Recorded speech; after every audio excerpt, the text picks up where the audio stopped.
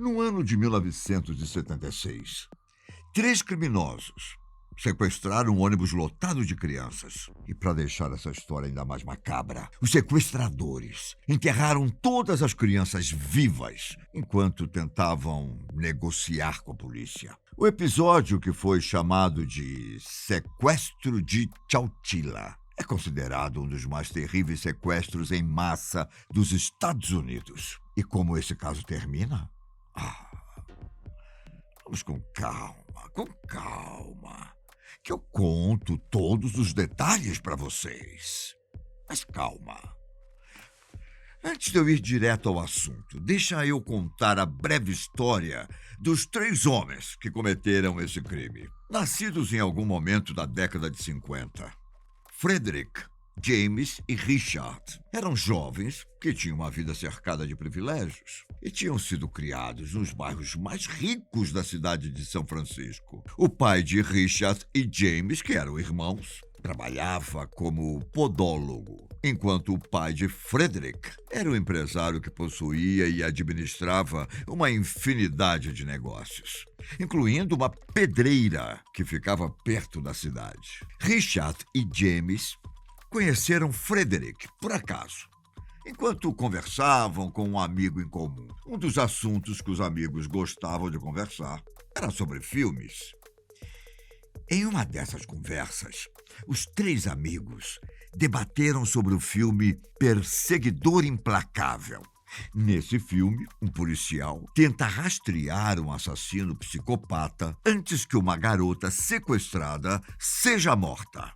Dizem que esse filme inspirou os três amigos a planejarem um sequestro em massa. A ideia era basicamente cometer o crime perfeito, sequestrando pessoas, pedindo dinheiro do resgate e depois libertando os reféns. Tudo isso em menos de 24 horas. Depois de planejar cada detalhe do sequestro, Frederick, James e Richard começaram a colocar o plano em ação. E tudo começou no dia 15 de julho de 1976, quando um ônibus escolar com 26 crianças, que estava voltando de um passeio, foi parado pelos três homens. O ônibus estava sendo dirigido por Frank Eduardo Ray, que ficou assustado quando percebeu que a estrada estava bloqueada. Frederick foi o primeiro a embarcar dentro do veículo. Ele usava uma meia calça para esconder seu rosto e portava uma arma. Usando roupas idênticas às de Frederick, Richard e James entraram dentro do ônibus, logo em seguida, pedindo para que o motorista calasse a boca e fosse para o banco de trás. Os sequestradores começaram a dirigir o ônibus com o motorista e as 26 crianças, todas elas entre 5 e 14 anos. Depois, eles pararam e, sob ameaças de morte, ordenaram que todos entrassem dentro de 2 vans. O ônibus foi abandonado. As crianças e o motorista tinham desaparecido. E a polícia tinha muito trabalho pela frente. Quando os pais começaram a sentir falta dos seus filhos, vários deles entraram em contato com a escola, que presumiu que o ônibus tinha quebrado na estrada. Horas se passaram. A noite foi chegando, até que a polícia encontrou o ônibus abandonado na estrada. Todas as 26 crianças e o motorista foram dados como desaparecidos. Enquanto alguns pais formavam grupos de buscas, outros ligavam desesperadamente para a polícia na esperança de ter alguma notícia. Enquanto isso, as crianças eram transportadas nas 2 vans brancas. A viagem durou cerca de 11 horas. As crianças mais novas, que estavam assustadas, eram acalmadas pelas crianças mais velhas, que cantavam músicas para tentar confortá-las. A viagem, que muitas das crianças disseram que parecia que estavam sendo levadas para um abatedouro, acabou quando os criminosos chegaram em uma pedreira perto de Livermore, onde as crianças foram obrigadas a sair das duas vans e entrar em uma espécie de trailer. Dentro desse local, havia vários colchões, uma pequena quantidade de comida, água e ventiladores. Depois, os sequestradores pediram o nome de todas as crianças e uma peça de roupa. Após anotar o nome de todas as crianças, os criminosos colocaram elas dentro de um tal trailer. Fecharam a abertura que havia no telhado e começaram a enterrar o trailer a 3,6 metros, abaixo do solo. Era o começo de um pesadelo para as crianças que estavam ali. Muitas delas disseram que nunca tinham estado em um lugar tão escuro e tiveram uma ideia de como era a morte. Além de enterrar o trailer, os criminosos ainda colocaram 2 baterias industriais de cerca de 45 quilos cada para garantir que as crianças não iriam escapar. Algumas das crianças começaram a gritar desesperadamente, enquanto uma delas até desmaiou. E apesar de tentar confortar o grupo, o próprio motorista não conseguiu evitar o medo da morte e caiu em lágrimas, convencido de que o teto do trailer iria desmoronar a qualquer minuto. Na madrugada do dia seguinte do sequestro, as notícias sobre o desaparecimento do motorista e das crianças se espalharam pelo país, e repórteres se aglomeraram na cidade para tentar cobrir a história. Enquanto isso, no trailer, depois de passar cerca de 12 horas enterrados, os reféns decidiram tentar escapar após a sensação de claustrofobia tomar conta de todos. Curiosamente, os sequestradores ainda não tinham entrado em contato com a polícia. As linhas telefônicas...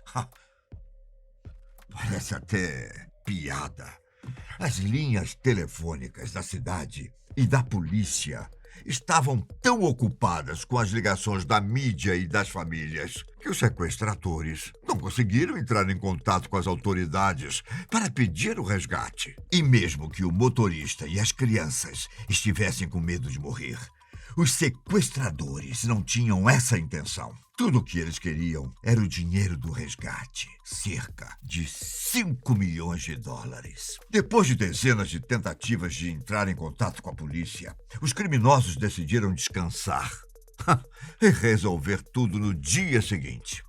E foi nesse momento que o plano dos sequestradores começou a dar errado.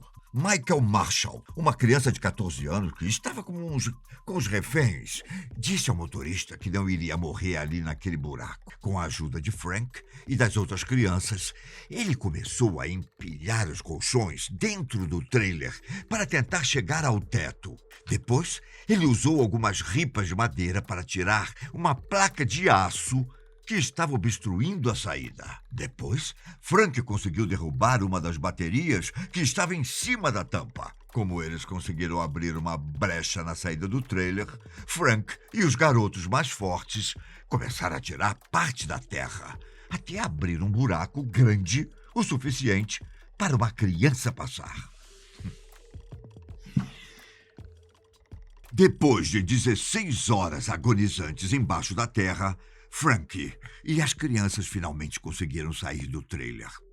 O motorista e os 26 alunos começaram a correr pela pedreira até chegarem em uma guarita de um parque local, onde as autoridades foram chamadas. Por volta das 4 horas da manhã do dia 17 de julho, quase 36 horas depois das crianças serem sequestradas, elas finalmente voltaram para os braços dos seus pais. A polícia, após vasculhar o local, descobriu que o trailer estava em cima de um caminhão que estava no nome do filho do proprietário da pedreira, Frederick Woods. No local, as autoridades também encontraram o rascunho da nota do resgate. Frederick foi preso semanas depois, após ser encontrado em Vancouver. Richard e James já tinham se entregado à polícia depois de ficarem vários dias escondidos. Todos os 3 homens foram condenados a anos de prisão depois de se declararem culpados das acusações de sequestro. Apenas Richard expressou remorso por ter cometido o crime. Enquanto isso, Frederick já estava planejando outro esquema, pedido desesperadamente para que um dos seus amigos transformasse os sequestros de Chowchilla em um filme.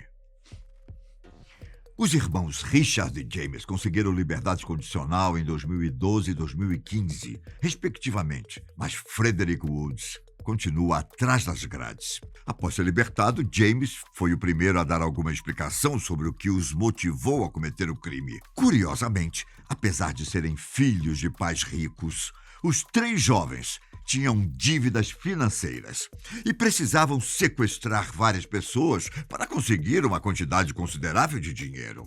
Por isso, eles escolheram crianças, porque eles sabiam que as crianças são preciosas, não é?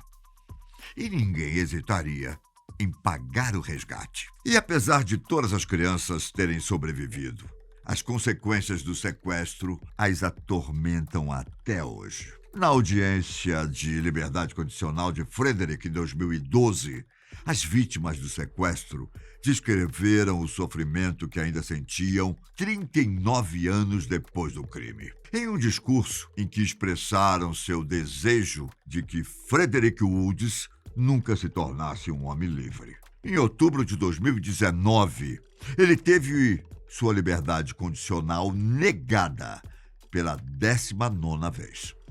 E sua próxima audiência de liberdade condicional foi marcada para 2024. Ao longo dos anos, as razões apresentadas para as negações da liberdade condicional incluíram infrações disciplinares por posse de pornografia e telefones celulares. Ao menos até o momento, Frederick permanece na cadeia.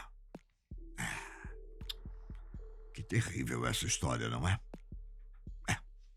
Bom, eu fico por aqui. Um abraço e até o nosso próximo caso.